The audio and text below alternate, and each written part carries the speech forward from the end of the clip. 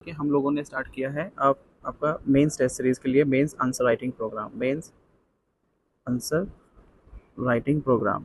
अब इसमें जो ना हम ऐसा नहीं है कि हम आपको कोई फुल लेंथ टेस्ट करा रहे हैं। बेसिकली हमारा प्रोग्राम है daily answer writing, daily answer writing programme.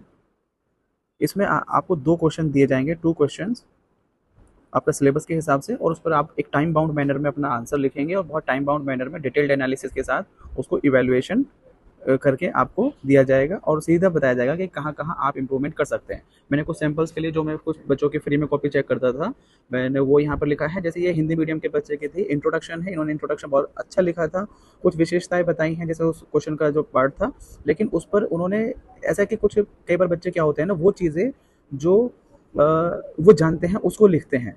हमें क्वेश्चन की बेसिकली डिमांड को समझना होता है। एक अच्छा आंसर लिखने के लिए हमें पहले तो क्वेश्चन क्या है, क्वेश्चन को समझना है, फिर क्वेश्चन की डिमांड को समझना है और उसके अकॉर्डिंग टू क्वेश्चन, उसकी डिमांड और उसके अकॉर्डिंग हमें आंसर लिखना है, अकॉर्डिंग आंसर लिखना है, तो ही मार्क्स आएंगे। ऐसे बहुत सारे बच्चे कहते हैं कि सर मैं 20 के 20 क्वेश्चन लिख कर आया था लेकिन मेरे 70 मार्क्स आए हैं, मेरे 80 मार्क्स आए हैं, मेरे 120 या 115 तक मेरे मार्क्स क्यों नहीं आए? तो उसका वजह क्या है कि बहुत सारे क्वेश्चन को आप ठीक से नहीं समझते हैं, उसकी डिमांड को नहीं समझते हैं और जो भी आपको आता है आप उसको लिख देते हैं। अब जैसे यहाँ इस बच्चे ने एक आंसर लिखा है लेकिन ये थोड़ा सा जनरल टाइप है। अब आपने इसमें स्केड्यूल ऐड कर दिया, जैसे मैंने बताया उसको कि आप इसमें स्केड्यूल ऐड कीजिए, रेसिड्यूटी पावर है उसको मेंशन कीजिए, आर्टिकल 248 मेंशन कीजिए। अब यहाँ इन्होंने कुछ फाइनेंस कमीशन के बारे में बोलना चाहा, तो फाइनेंस कमीशन को जब आप लिख रहे हैं साथ में आर्टिकल भी मेंशन कीजिए। इसी तरह से आप आर्टिकल 368 से किस तरह से आप कॉन्स्टिट्यूशन को चेंज कर सकते हैं, तो ये क्वेश्चन के हिसाब से था। तो यहाँ इन्होंने लिखा आंसर लेकिन एक जनरल आंसर लिखा, उसको मैंने इस फीडबैक के थ्रू एक स्पेसिफिक आंसर बनाने की कोशिश की है कि अगर आप इसको लिखेंगे, ये पॉइंट्स ऐड करेंगे तो आपका आंसर काफ़ी स्पेसिफिक हो जाएगा। और फिर मैंने इनको ये फीडबैक दिया कि आप इसमें क्या क्या चीज़ें जो मिसिंग है, बेसिकली ये बताना ज़रूरी नहीं है कि आपने क्या लिखा है, ये बताना बहुत ज़रूरी है कि क्या मिसिंग है और किस तरह से जो अगर लिखा है उसको आप और बेहतर कर सकते हैं। तो जैसे यहाँ पर ये पॉइंट्स थे आपका फाइनेंशियल मैटर्स पे या फिजिकल मैटर्स पे इन्होंने नहीं लिखा था, लेजिस्लेटिव मैटर पर रेस्यूटरी पावर या power to make law on the state list, इसके लिए जो ये आर्टिकल्स हैं ये इन्होंने मेंशन नहीं किए थे। तो इस तरह से मैंने इनके आंसर को इवेलुएट किया। अब मैं उम्मीद करता हूँ जब ये इस फीडबैक को देखेंगे तो ये अपने आंसर में फ्यूचर में मतलब इसमें काफ़ी चेंजेस लेकर आएंगे और कोशिश करेंगे कि उसे काफ़ी बेहतर कर सकें। इसी तरह से जैसे एक बच्चे हैं, ये इनका भी मैंने आंसर ये लिखा था एस्टिमेट कमेटी के ऊपर। इन्होंने जो आर्टिकल लिखा, आर्टिकल जो इंट्रोडक्शन लिखा उसमें आर्टिकल भी मेंशन किए हैं और सोर्सेज भी। तो ये बहुत ही कंसाइज एंड रिलेवेंट इंट्रोडक्शन इन्होंने लिखा है।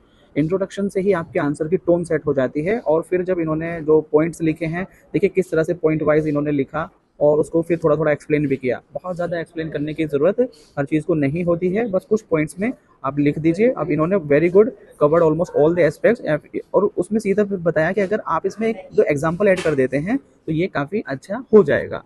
तो मैंने यहाँ पे ये कोशिश की है कि आपने एक अच्छा आंसर लिखा है बल्कि उसको और बेहतर कैसे किया जा सकता है, तो उसके लिए मैंने यहाँ पर ये पॉइंट्स बताए थे।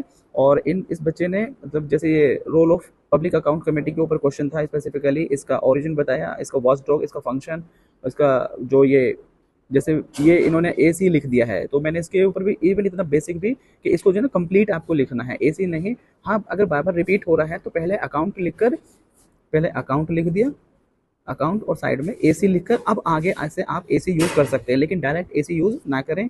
ये पॉइंट्स के बारे में। और फिर भी जैसे मतलब इतना बेहतर लिखने के बाद भी मैंने फाइंड किया कि इन्होंने जो पॉइंट्स थे उसमें क्या क्या चीज़ें मिसिंग हैं।